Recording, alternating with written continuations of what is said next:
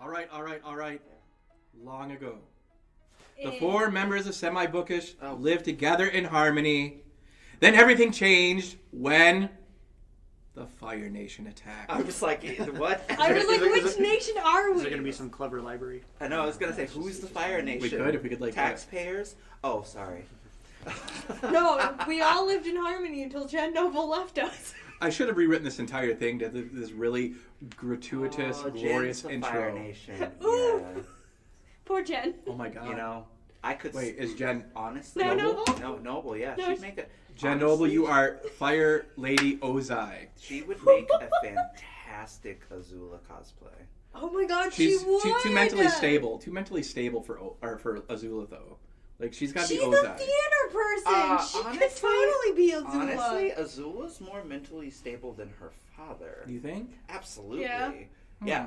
I think he's... I mean... Guano? See, that's a good... Listen, We'll have to get into listeners, that. if this doesn't give you a hint into what today's episode is about, I Yes. don't know what to tell you. That's a Star hard one. Wars. That's a I hard would one. not... Star Wars? No. Do you see these keys? Star Wars I'm is gonna magical throw them at cousin. you. I've been thinking about actually, like, when you were walking down here, I'm like, man, when the intro, we should do, like, a intro for this, like, meow, meow, meow, meow, meow, meow, meow, meow, meow, meow. Wow. Anyways, I'm joined here today with my other Semi-Bookish cohorts, Lord Ish, that's Grant, Mouth from the South, Tony, and the Supreme Overlord. You know her, you love her, that's Aaron. And, Also, Supreme Overlord of the Earth Tribe. What's up? ooh, I'd be an Earthbender. we need to have I that think. conversation, Okay, too. first of all, thou shalt not evoke Kuvira's name this early in the episode, okay? Because when I tell you the angriest I ever get watching those shows is the mention of her name, but we will get there. Mm-hmm. We will get there. So, before anything else, what are we all reading today? What are we reading? Playing. Wait, What's but I think, occupying but our I think, time? wait, first, before Grant says what he's entertained by, I think he has to mention the name that was not mentioned. Oh, yes. Oh, and I'm Andy, a.k.a. Wait. Dungeon Daddy. I'm sorry, Dave. I'm afraid I can't do that. The Dungeon Daddy. I'll have to... I had to look through the voices and everything. I had to be. I can't say Did too you much more. literally record a voice for that? No, it's a robot voice. I just text to speech. No more words about it, but that T-shirt that I shared in the Meepthorpe, the Yeah. Dungeon Daddy, gelatinous cube. The one that I literally need to throw you out the window for? I would pay you to wear that. I won't wear it here. No, I can't. Anyways, what are we all reading, playing, watching? Grant, go. I am reading Rest and Be Thankful by Emma Glass. Oh. That is not your usual. No. You don't think so? No? Okay. Since what is Have it you about? read it? If Okay. this is meditative, I'm going to say, no, Grant, it is not your no. Well, okay, so it's a fairly harrowing tale of a few days in the life of a pediatric nurse in England. I'm sorry, what? Carry on. Who are you, and what did you do with Lord This Ish? isn't what he normally reads. No, I mean, it's told in a very poetic style. You're really put in her mind.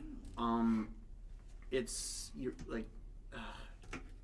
it makes me want to work in a hospital even less. especially a kid hospital. Oh, sure. Where Oh, yeah. lots and lots of tough situations arise. Yeah, no, I can picture that. It kind of alternates between being like harshly realistic and weirdly dreamlike, because like she's not getting a lot of sleep. She sees things that might not be there. When I last stopped reading, she got attacked by a crow, I guess. Maybe. Like a crow? Like a crow. Like a physical bird? In the middle of the day. And it's an interesting book. It's not very long. It is very good so far. And as far as like other things, nothing really comes to mind. Miss Tony. My reading, I wouldn't say that I'm in a slump, but I'm waffling between a few things, and I don't really know what I'm reading per se. I will say that I read the opening chapter of a couple of books the other night that made me just geek out, so I think I am going to do what I intended to do, especially after making a rather large purchase this morning. So I think I'm going to... An accident? Part of it was on accident. The other part was fully intentioned. So you're fully intending to do the 2-day thing? Listen, I requested a cancellation and they told me, no, your package is already shipped, which makes sense because they have to get it here in 2 days. That's fair. I accept my fate. I'm okay with it because I wanted the books anyway. There's a book series that was precious to me at 12 called the Jedi Apprentice series. I think the only thing I read more than that was the Chronicles of Narnia. So, then the 20-volume Jedi Apprentice series follows the adventures of a young Padawan learner by the name of Obi-Wan Kenobi who, learns how to be a Jedi. This is all pre-episode 1, but it's fun and fascinating and moving and interesting, and it was my jam when I was 12, and I don't have a complete set.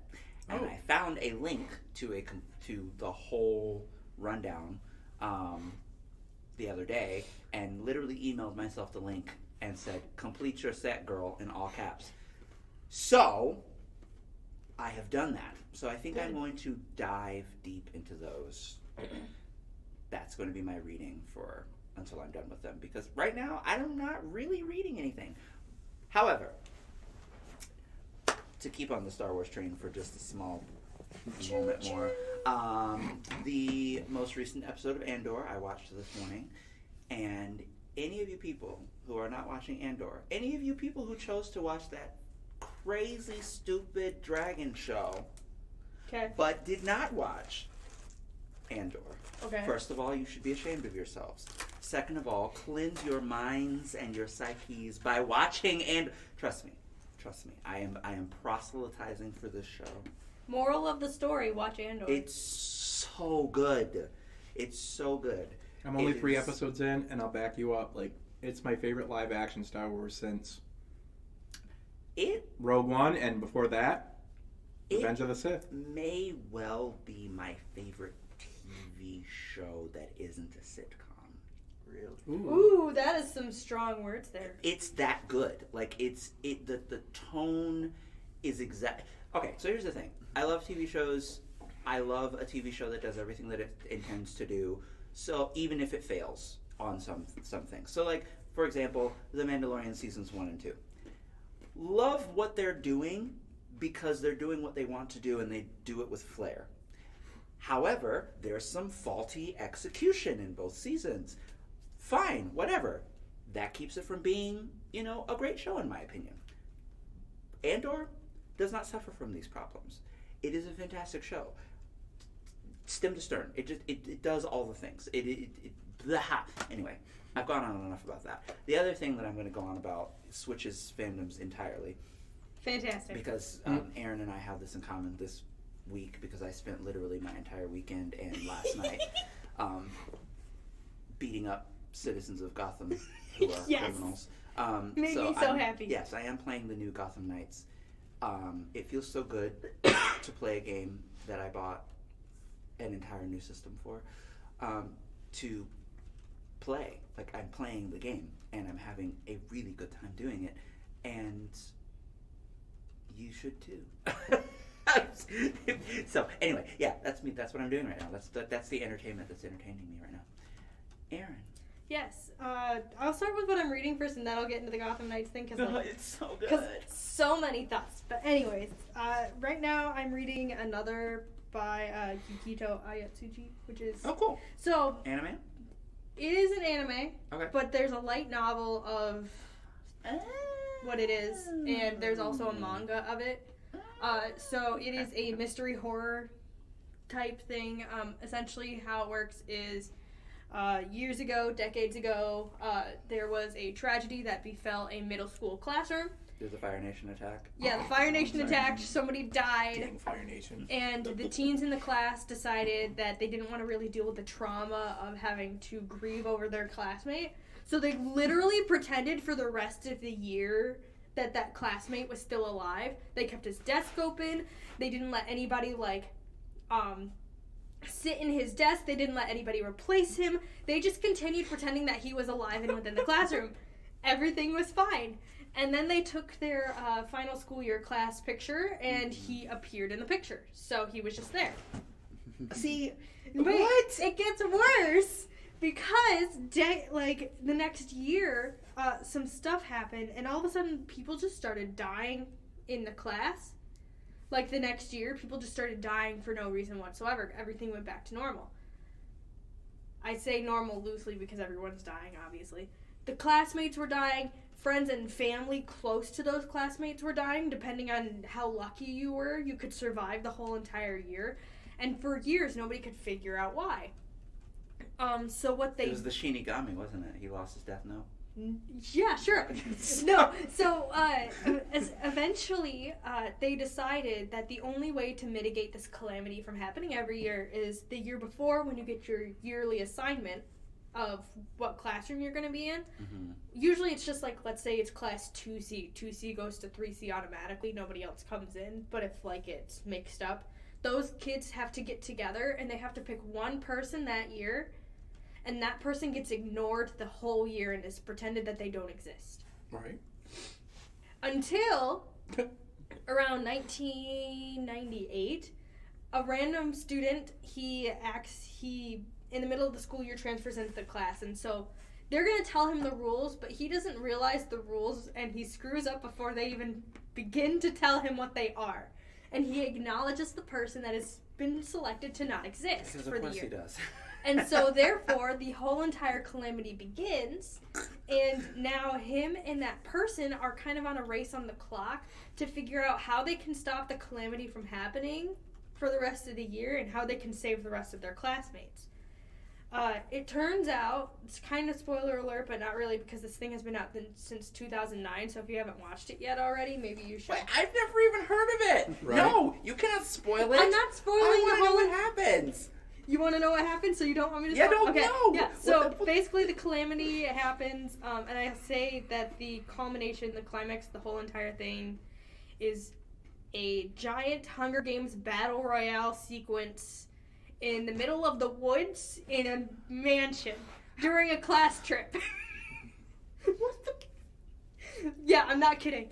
I watched the anime first, like years ago, and then I figured out that there was a novel and a manga, so now I'm kind of reading them. Okay. Turns out next month there's a sequel coming out.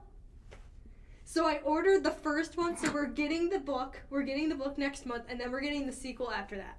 Okay. So everyone else can suffer with me. Alright. Alright, game-wise, I'm playing Gotham Knights, and I found out that I really, really love Tim Drake. You would. He is my son. He is my child. We are kin. It is a thing now. It's canon. Listen, with Jason Todd standing right there, I don't know how you can pay attention to anybody else in the game, because... There's Richard. No, he's cute. No, but what I mean is, Ooh. if I would be any character, I would, despite the fact that I think I'm Barbara Gordon in real life, I would probably actually be Tim, just because I mentally, coexist with him very well. I can see that. Tim's pretty nerdy in this game, which I actually really appreciate, because Yes. most of the time Tim is just the kid who gets to be Robin, which is just bad writing, because, No, his character is DC really writers cool. who invented Tim Drake were like, we invented Tim Drake, and then the fandom went, so? He's still Robin. He's really adorable. He's really nerdy about things, which is really cool. But he also carries around a staff that expands, and that is my favorite weapon. Wasn't that given to him by Lady Shiva too? I believe so. But it's my favorite weapon in the whole game besides the Tonfa that Babs has. Mm-hmm. I don't remember. It's pretty cool. I like the excrementics that Nightwing or has. Dick. Yeah, but no offense to Jason Todd, I love you with all my heart. I just can't do the guns thing. I just can't. You realize the bullets aren't, that they're No, it's the tank style of fighting. I just can't do the guns. I just can't do the gunslinging. Right. He doesn't That's because evade. you haven't played all the Arkham games like I have. No, he doesn't evade well for me, as well as Babs evades for me when I press the evade button. Yeah, Her and Tim evade faster than they do. Jason does, and it for my button mashing style and how I play, as I've explained to Tony multiple times, which is give everyone the runaround like multiple times and hit the evade button all the time. Yeah. They fit me well, but he doesn't. But I love playing him because I get a good view every time I do it. Amen. Amen. The game designers are a whole bunch of queer people, and you can tell me that The you game cannot tell me that designers they're not. understood the assignment, They really did. and I'd like to know what It's Andy's looking at. Ridiculous. I was just realizing as we're talking, I needed to update my Goodreads currently reading. Yes, what are you reading? I just finished a few days ago Court of Mist and Fury. I need to throw that out there for anyone who cares to know a little bit about my Akotar dive. I'm sorry. There's a fandom. Are you enjoying your avatar? I very much am. There's, like, the second book is, I mean, there are tropes in there that are, like, making me, like, oh, like, kind of groan a little bit. However... I mean, they are romance novels. Right. But it's really fascinating. I like the world building. I like the characters. Mm-hmm. Even the ones that kind of make me groan a little bit. I'm like, no, Sure. I like you. Oh. It's a little steamier. Like in the first book, whatever, it was steamy enough. I've heard the second But one. the second one, I get... And there's Yeah. there's someone that was telling me they're looking into reading it. Mm-hmm. And I'm blushing at the idea of them reading it. Okay. It's That's a patron. interesting.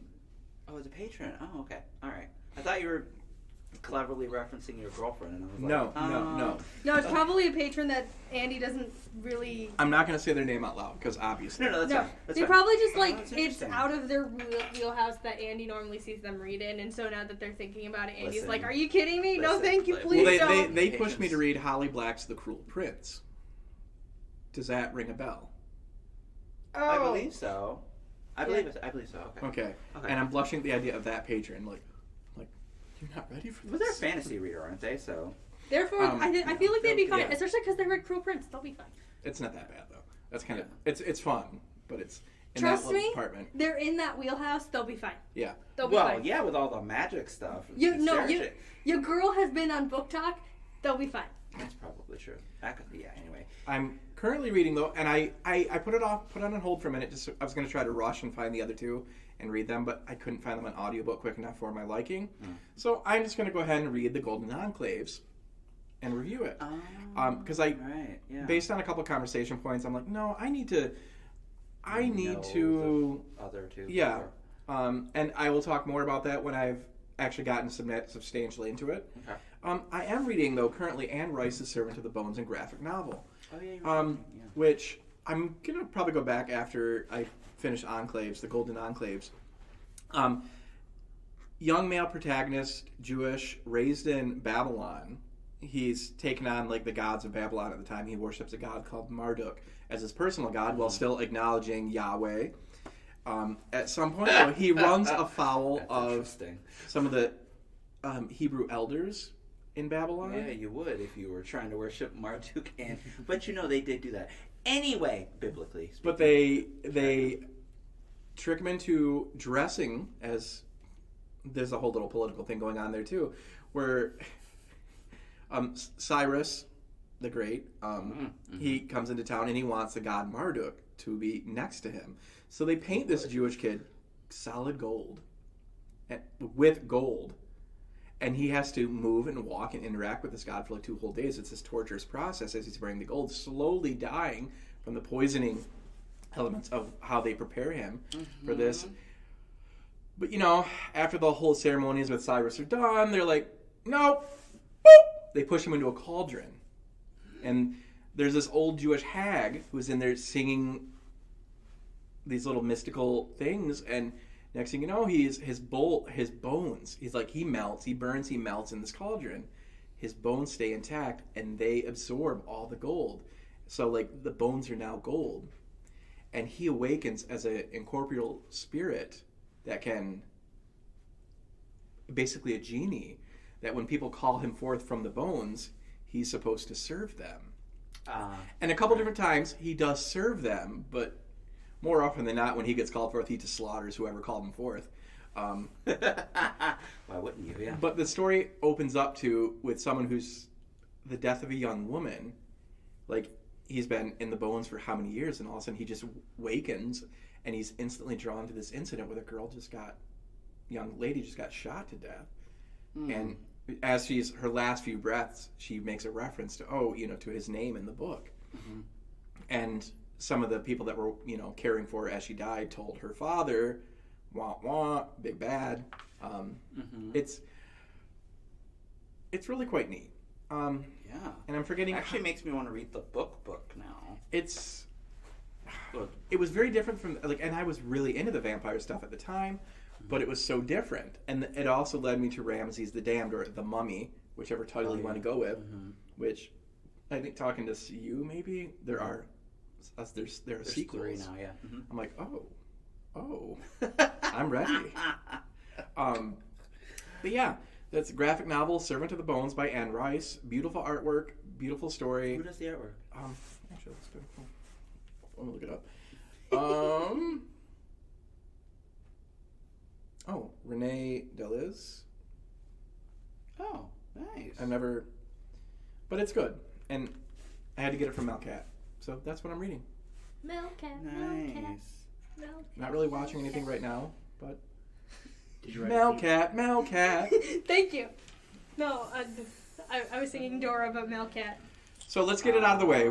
We're talking about Avatar: The Last Airbender. We and are. If I thought we were you talking think about Star Wars. when we say Avatar, we have to say Last Airbender or Legend of Korra, because if you're thinking about blue-skinned aliens, stop listening. You don't deserve to listen to Semi-Bookish anymore. We're talking about ATLA. I like the ATLA. alien people world. Okay, you can thing. keep listening, and assuming you didn't turn it off already, and keep listening and be educated.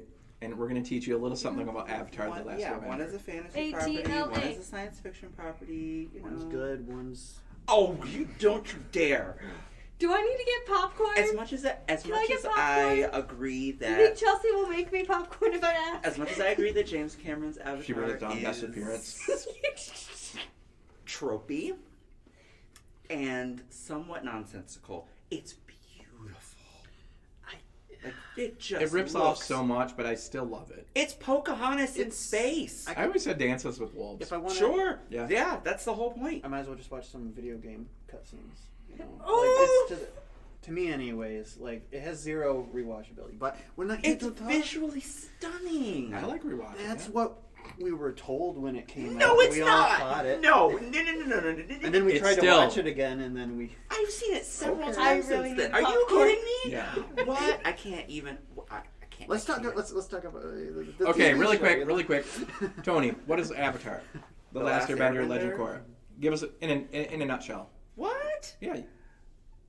Okay, so the Avatar: The Last Airbender is the story of. Oh my gosh, how am I supposed to describe this? It's A pseudo-fictional Asian-inspired region in which pseudo-fictional, entirely fictional. No, I think it's based on. Never mind.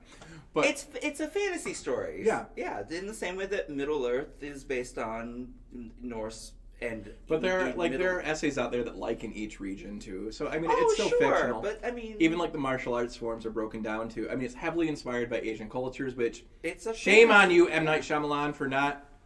And we'll talk Especially about that being later. someone of Asian descent. Yeah. You would Wait, are we think. going to talk about the movie which must not be Not named? yet, not yet. No, we're not not yet. Okay, so yes, it is a fantasy story in which a young hero is frozen for 100 years beneath the water, and during that 100 years, the one nation known as the Fire Nation attacks all other nations and subdues them, creating havoc and throwing the world out of balance. Hero is unbroken from the ice, still as a child of what, like 10?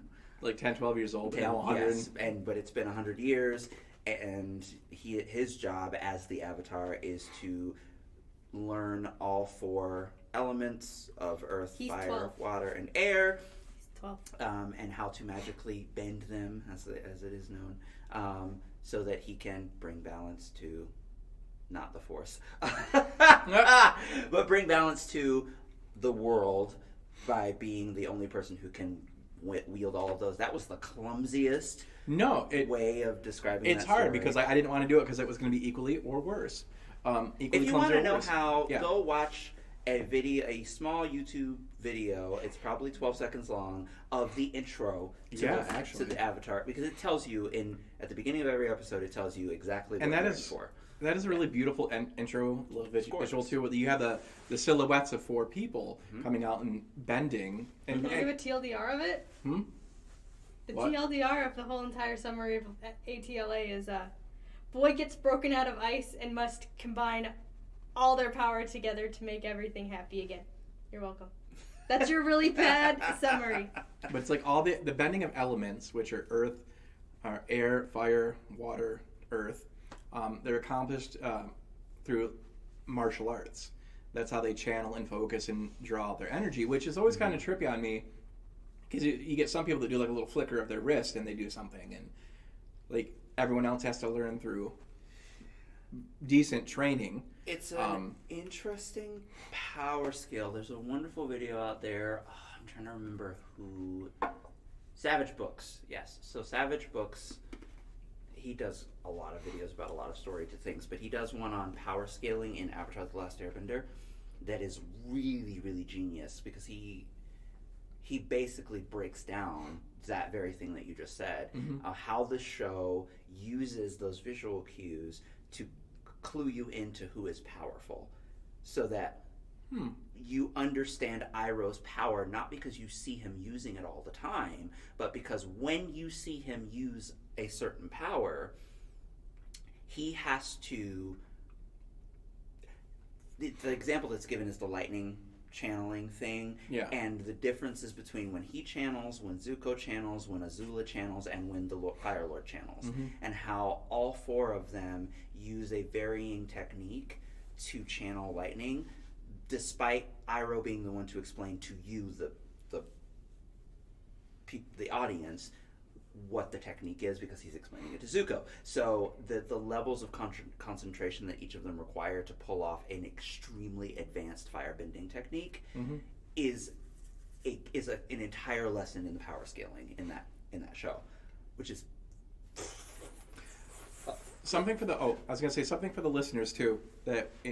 If you're Avatar savvy, it's great, but some of you probably are not. So the Avatar specifically is the person that can, in this world, different people can bend different elements, but they can only bend one element. Correct. The Avatar is a manifestation of somebody that can bend all 4 elements.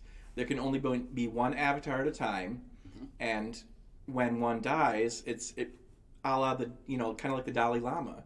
We're reincarnating. They reincarnate, and there's so many parallels to like the Dalai Lama to the Avatar, like how they go find them. They test the next Dalai Lama by like putting artifacts in front of them and seeing which belong to the previous Dalai Lama. I did not know that, actually. Which Tenzin and Gyatso. That's the Dalai Lama's like real name. I didn't know that either. I think it's Gyatso. I know it's Tenzin, but I'd have to look up the other one. That's funny because neither of them are avatars. So you have that one person that can bend every single time, bend all 4 elements. So that's the significance of the little boy breaking out of the iceberg, because in the past he was told by his airbending masters and elders, "You are the Avatar." He's like, "Nah, I don't want to be the Avatar. This is too much for me. I'm 10. I'm out. I'm 12. I'm out." So he goes off, and 100 years later, he comes out of the ice, and you have to watch to figure out exactly how that all transpired. I do want to bring up, because I want to bring up that specific note, the first series, Avatar: The Last Airbender, focuses on Aang, the last Airbender, because all of his people were killed by the Fire Nation, vile people that they are. And then you have a second series, a follow-up, which is about 70 years in the future, and it follows the next iteration of the Avatar, the Avatar Korra, who there is within the fandom, and this is actually, on that note, the fandom within Avatar: The Last Airbender is beautiful. If you don't like Star Wars fandom, you don't like Star Trek fandom, you don't like all these other fandoms, if you want a safe haven, come join the Avatar. If you don't want a toxic fandom, I think Avatar's a very good non-toxic. I don't know how they manage it, honestly. Give it time. Because they shut it down. It's been long enough. Like, Avatar: The Last Airbender has been on since Yeah. When did it first air? Like in the early 2000s? Googling it. It's been around for a while. We'll see if the wholesomeness of the community will survive through the whole Netflix saga. I was. You know? Oh yeah, that's true. I forgot. Oh. I forgot. But you know what? I feel like. Yeah. Yeah, I don't know. It's 2005. 2005. Yeah, it's interesting how wholesome the Avatar: The Last Airbender fandom has been. I don't know how that works. It's magical. I think it's because it's getting into fandom nitty gritties here. I think it's more so because their fandom is very mature in terms of there's a lot of the older fandom people that are in there in the Avatar fandom. You can tell you're not in the Star Wars fandom, honey. No. No. Age ain't nothing but a number. Yeah, that's because Star Wars has a lot more issues than just the age of their fandom. That's a whole other thing. Is it the specific generation? Yeah, it's more of the generational Okay. thing. Okay. Because when you talk about the Star Wars fan, I'm not going to change this into the fandom talk. That is for another episode. We'll get but when there. you talk about the Star Wars fandom in general, you often see a giant, bigger age, There's a huge generational gap between yeah. each iteration has a differing age gap. So like you have like the current generation of Star Wars fans versus like the oldest generation of Star Wars fans, and there's a lot of like combative issues between the two of them. But when you talk about Avatar: The Last Airbender and Legend of Korra, they happen so not really that close together, but they happen so much closer together that the generational gaps that would have occurred if it had been like decades later That's actually an interesting point. don't exactly occur within the Avatar fandom. So all the new people coming in get a more relaxed sense because everyone's kind of already settled into, yeah, sure, we can just kind of take this as it goes. They're a lot more accepting of any type of other iteration of Avatar things that are happening. I also think that because the core fan base were children. Exactly. It was Nickelodeon. It was a Nickelodeon property. It was a Nickelodeon property. So adults did not watch it when it But was those on the kids air. that grew up Kids did.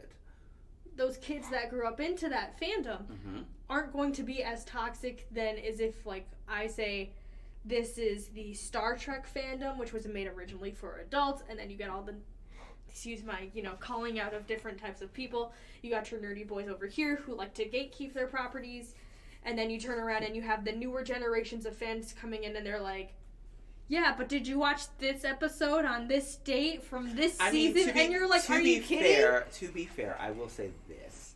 I will say that I imagine that if you gathered a whole bunch of Avatar: The Last Airbender fans in a room, and then someone walked in and was like, oh my gosh, I love that M. Night Shyamalan movie, I think The what would only happen toxicity is that in the we would fandom sit is them for that down. movie. We would actually sit them down and be like, no, watch the real thing, and you don't Yeah. come out until you're done.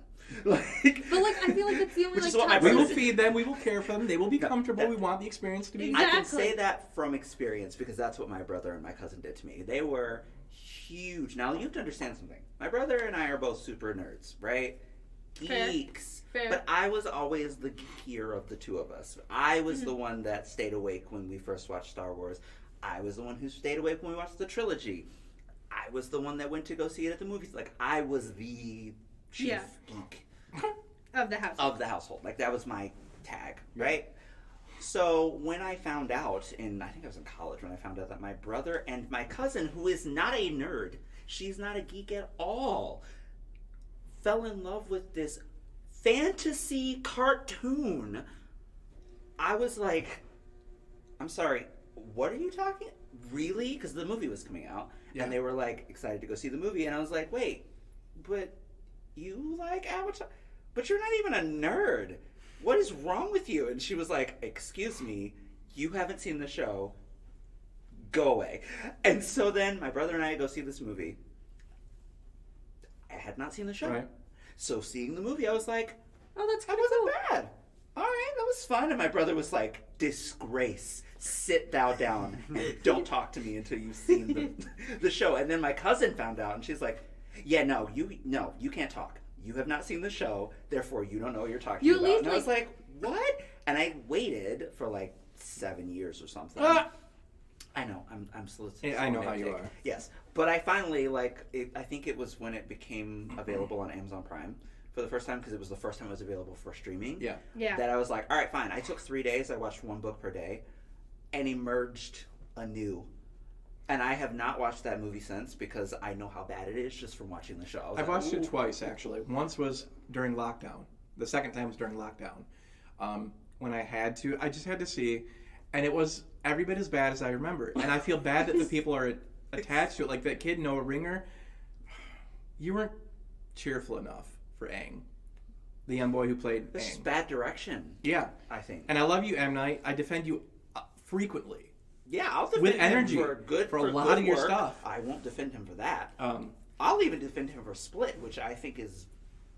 Split has problems, but it's an it's an entertaining movie. I just Yes, think he was exactly. probably just the wrong director for Avatar. I completely agree. I think he should never have touched it. Honestly, George Lucas would have been a better director. Ooh, that would have been interesting. I mean, It would have been interesting. That's my point. we should have just Yeah. made him sit down and actually watch the first season of Avatar. Grant made a face. Made who sit down? M. Night Shyamalan. We should have just Oh, made he him... was a fan of the show, which makes it even more terrifying. Right! How Yes, how it exactly. turned out how it did. Yes, exactly. Yeah. How do you Yeah, mess it up that I bad? don't understand. Something that's like when you were talking, I remember the first time I saw an episode of Avatar: The Last Airbender. My friend Shane, he's my battle buddy, my hetero life mate. I love you, Shane. I'm gonna link you in this one. Are you gonna tag him? Oh yes, I'm going to tag him. I love him. He's one of my few battle buddies that I still have a really, really, really strong connection and relations with. We haven't drifted over the past 6 years. Good. For reasons. Is he also a nerd? Yes. Get Oh, on the show! anyways, yes. Get on the show! Special guest, you come to Michigan, we'll have you. But we were living together at the time off base, and I walked through. I'm like, "What are you watching?" I can't remember if he actually responded or just grunted. But I sit down for a minute, and I'm like, I'm gonna watch another episode or two with you. It's like yes. And like this is, and of course I'm a little bit off the beaten path from your stereotypical machismo, crusty servicemen. I mean, I might have been a jerk back then, but like I was different still. I want to know what you mean by crusty after the show. Okay, that's fine. I'll have to think about it. Okay. But still, to sit down at the time and watch a kid show. That's exactly. And I'm not a kid's show. Even now, there are shows that like I'll sit down and watch. I'm like, oh, I really like that. Why didn't you watch it when it came out? It just didn't appeal to me right then. Unless you force me to watch a lot of animated things, I'm not going to watch them. Yeah, I'm a big animated person, but I will say that a huge part of that comes from Avatar: The Last Airbender, because it's not like I matured out of animated content. Mm-hmm. I just had. We all do this as adults, unless you don't. You stop watching animated stuff at some point. But then when I watched Avatar: The Last Airbender again, I was like, "Excuse me? Yeah, I didn't stop. What? Well, no, because that's because you watch anime. Yeah, that's because I watch anime. Most anime fans, I mean, they watch anime, especially because it's more geared towards adults than children. But I think what I was starting to like, of course, I talk too much sometimes, so I'll bring it to the point. Thinking about why he got into it, why I got into it, and why many other adults get into it, because like. People were saying it's more of a kid show. Like, no, this is something like when It started as a kid show. It started, but I think even in its original syndication, it quickly became an adult show because people are sitting down. I mean, they're talking about some like, powerful storytelling themes. I mean, you have female empowerment. I mean, if you go like a couple years forward to like, but you have Katara too. You have even Azula, who like really Toph, my queen, the boulder. But you have people like Toph. There's diversity and inclusion right there because she's blind. Exactly. And she's probably one of the best benders in the show. I mean, she's ruthless. She's easily the best bender in the show. But then, well, I want to say for, and this tackles another topic too, let's bring up Azula. Azula is probably, she is top tier villain. But there's a reason that they never pitted Azula against Toph. Because Toph would have wiped Azula off the map. She'd have been like, done. She would have just dropped a boulder on her and walked away. She'd just been like, oh, I don't like her. And just like pushed her off a cliff and then dropped the cliff on her and been like, where's the Fire Lord? Let's go. You have all these people, like, well, there's people within Azula, there's female empowerment. because you created her as a powerhouse, but it's not. I mean, female empowerment goes to different people. Yeah, no, that's true. But something within even the original Last Airbender show. But then you have the likes of what is it? Mental health being tackled. Yeah. Through Azula. Through yes. I mean, it's not completely addressed, but it's presented. They're touched. Yeah. Even within Aang a little bit, there's like sadness in those moments, like when he goes hugely. When he has so much doubt, so much like depression, so much, and it's not just him, but like everyone has, and that's another beautiful thing about the show. Everyone has their shining moments. Everyone. I think what makes that show as good as it is that they take the Western storytelling trope of the hero's journey, and they blend it thoroughly with Eastern philosophy. Which I adore. Which is why, instead of Aang just going, oh, cool, have to kill the Fire Lord, that's what I'm going to do, he stops and goes, wait a minute. Let's contemplate this. I'm from the Air Temple, the Air Tribe, and my people always taught me that that's not what you do. And also, isn't that why we're fighting the Fire Nation in the first place? And everyone else is like, bruh, they're evil, kill them. And Zuko's like, yeah, my dad's kind of a waste of space. You can just knock him off, we're good. Right? So like everyone else is telling him, and even when he goes back to visit former avatars to talk to them about like, hey, what should I do? The Earthbender goes, knock his butt off a cliff. We're good. Like, I got to do it. What's the big deal? The previous Airbender's like, yeah, take him out. Yeah, right. Yeah, they're all just kind of like, so it's fine. Do it. But, right. But he stands strong in that belief. Yeah, and that's what sets him apart as the newest Airbender. Like, he's gonna think and having that character, it's a kind of thing. You see this. I mean, it's not a brand new thing. We've seen this before. Harry has a moment. This is why I prefer the book to Deathly Hallows Part 2, but we won't talk about that. We are talking about it. Harry has a moment in the book, in Deathly Hallows, where he says to Voldemort, he says, Tom, think about what you're doing. It does not have to end like this.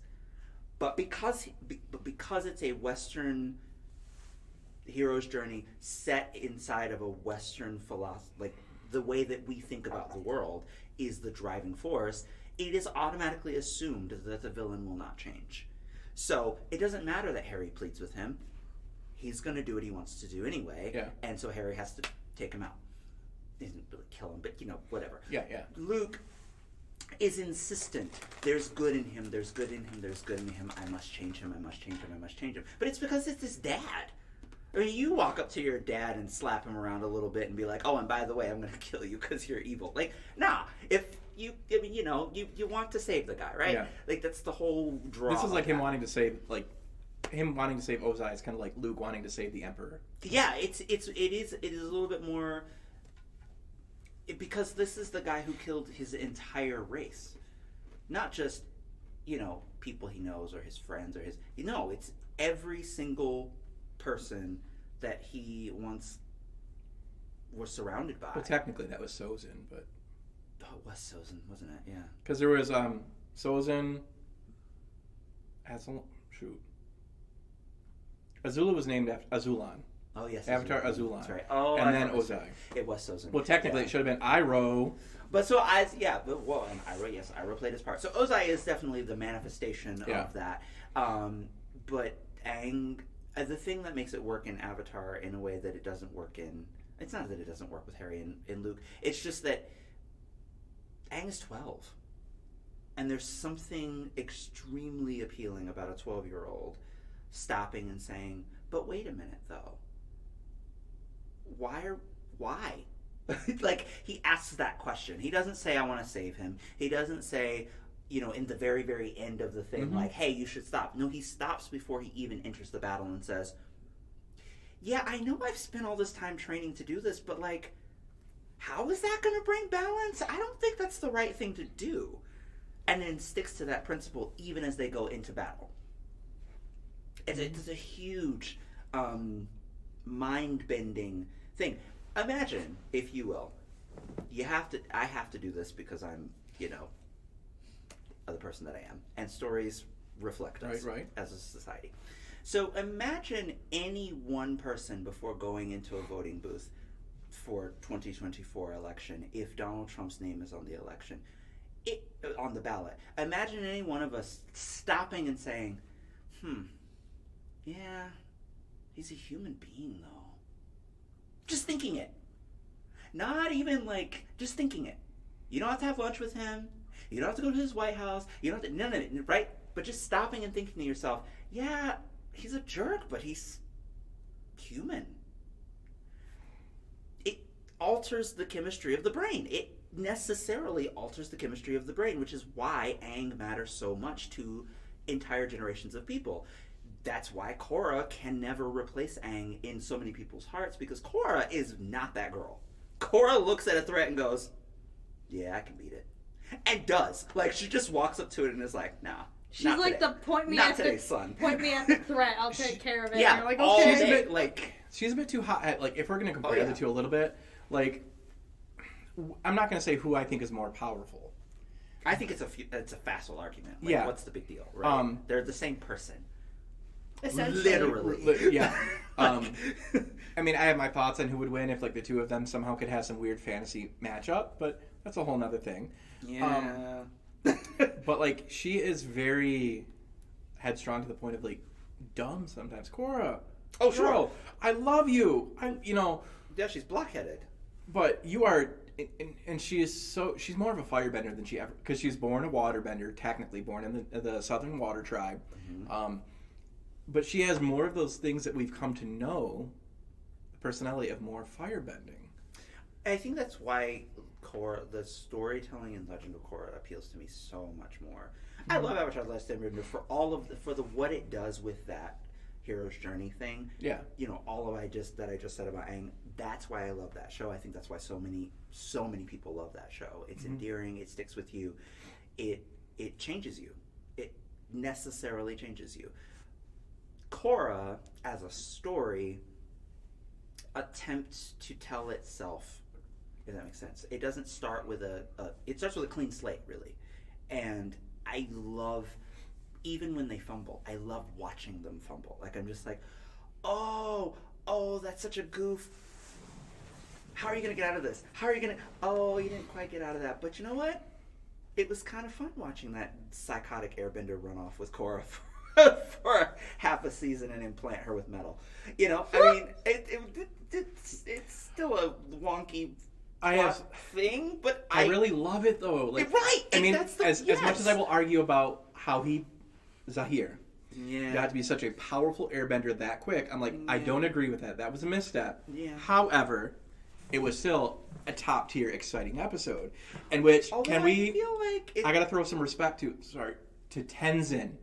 The son of Avatar Aang from the first series. Yes, he's the son is in the next one, and he's at the time the only airbending master in the world. Right, because everybody else is children.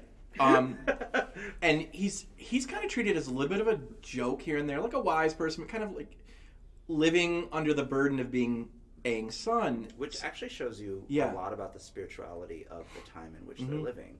Most benders don't have a spiritual alignment, which is one of the reasons that Tenzin is like, Avatar Korra, you have to understand that this is a part of your journey. And she's like, but bruh, I'm strong. I can bend 4 elements. What can you do? And it's just like... But it's in that episode... shut up, Korra. It's in that episode, you remember Tenzin holding his own against the Order of the Red Lotus? Dude went to town Tenzin. Just one man against these 4. Yeah. And whatever about Zahir, the others are 3 masters of their respective ways of bending. Yeah, and he's taken them. He's just mopping the floor with them. And even Zahir is really on the defensive most of that fight. It was only due to a few lucky shots near the conclusion that they finally knocked him out. But see, this is what I mean about the storytelling in Korra. Because they don't have a map the way that they did with the hero's journey of the Avatar: The Last Airbender, they make huge power level mistakes, which is why the show is hard for people to accept. Okay, that's fair. Because, for example, when Zuko faces off against them to keep them from releasing one of their number out of jail, Zuko's terrible in that fight. And I'm like, you're not going to tell me that old man firebender Zuko is going to lose a fight to anybody. I don't care what kind of... Are you kidding? You're right. This is Zuko. Like, even as aged as he was, he definitely... He should have taken a couple of them out, at the very least. Iroh's nephew. Really? Like, I mean, really, at the end of that... Just for the sake of Zuko, who's probably one of the best character arcs in the Last Airbender. Like, his arc was so great, and I loved his character development. Yeah. Season finale, I think the series finale for Last Airbender is probably one of the best. Oh yeah, it's 2 parts. Finales. Right? 3. Oh, 3 parts. 3 parts. Yeah. It's gonna be one. It's gonna be one episode for me. I'm never gonna watch. Yeah, 30 minutes. Yeah, no. You watch the whole thing. Oh my god, it is literally probably one of the best finales in television. I would say it is the best in television. I didn't want to be that bold, but No, I will echo it. Yes, I will be that bold. It is fantastic. No series finales. Every story is tied up perfectly how it needs to be. Yeah, I mean, I would put the season finale to Clone Wars right up under it because I still haven't seen it. Ahsoka. That's all I have to say. Anyway, but yes, Aang and so. I was watching a thing where where some of the creators talked about like just the extra mile they went in like the animation. Oh, I can imagine. In the final episodes, like with the fire and stuff. Oh yeah, it's gorgeous. Just wanted everything to look perfect. Yeah, it's gorgeous, and that's what I mean by like in Legend of Korra. You know, one of the things that you know about Zuko in those final episodes of Avatar: The Last Airbender is that he goes up against Azula, who has lost her mind. She's pretty powerful when she's sane. But she's psychotic by the time that she faces Zuko and should be able to wipe him out. But because he's so centered, because his spiritual alignment is so pure, he is able to really, unlock a whole new...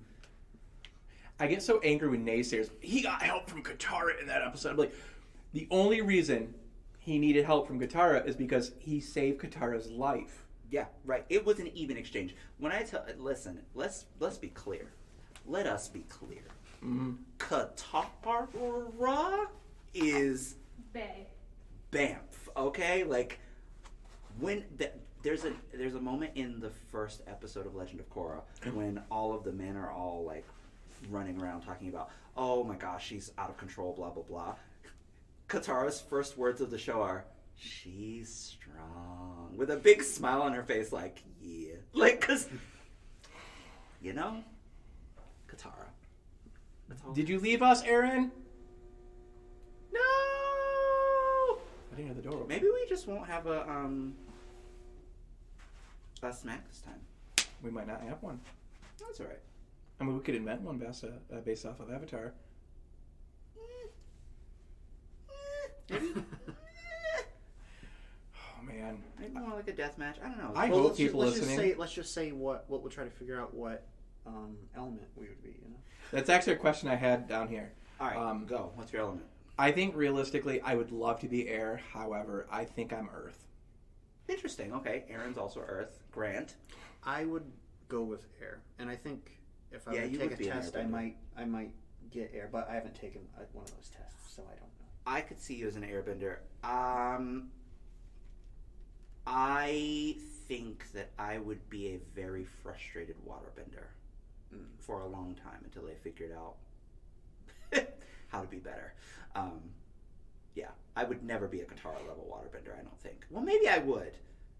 I think actually that's true. I think I would be a Katara level waterbender, but you know how Katara has a moment where she's really struggling because she's never had a teacher?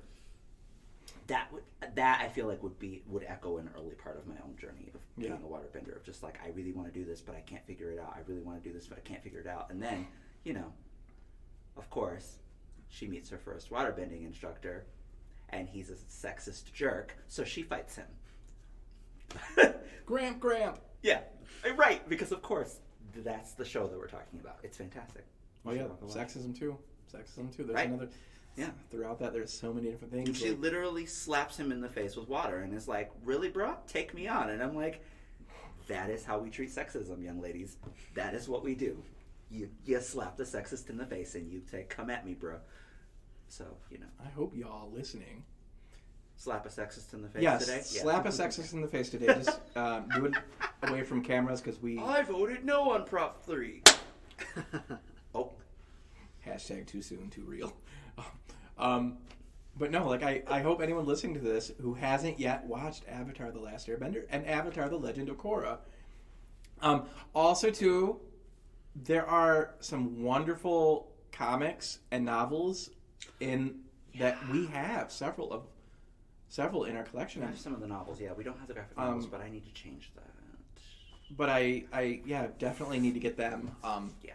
Because they're very, very good. And if what we don't have, there's Melcat. Gosh, it's so great. But man, we really talked about Aang a lot this time. Well, I mean, I wanted to lean a little bit into both. Actually, the opening question: so Team Gang or Team Korra? I never got an answer. You mean Team Avatar? Gang's kind of funny though. No. They call themselves Team Avatar in the second. No, one. I know. Oh, okay. Yeah, no, I agree. Yeah, Or Team Boomerang? Or yes, exactly. Team Boomerang or Team Avatar. Yeah.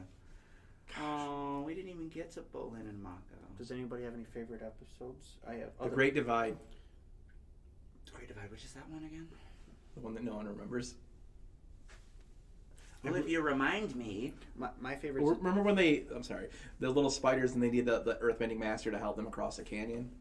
Oh, yeah, that's a great episode. That's a fantastic Or wait, episode. is that, hold on. Let me that make is sure. great. I think that's it. Which one is? Yeah, I think that's the one you're talking about. Yeah. Yeah, that's a great episode. Yours? The 2-part library episode. The Desert Library with the owl. You are an airbender. It's a really That actually that is inspires a great. lot of and my... then when he figures out the prophecy at the end, and then the whole library starts starts to collapsing. sink. Yes, and even Toph can't save it. Mhm. Yeah, that's a fantastic episode. She has... Two arc episode. Got to defend her. Because she's trying to hold She the library tried. up and fight people at the same time. I know. I'm just saying. Even she can't. Yeah. My favorite Avatar: The Last Airbender episode.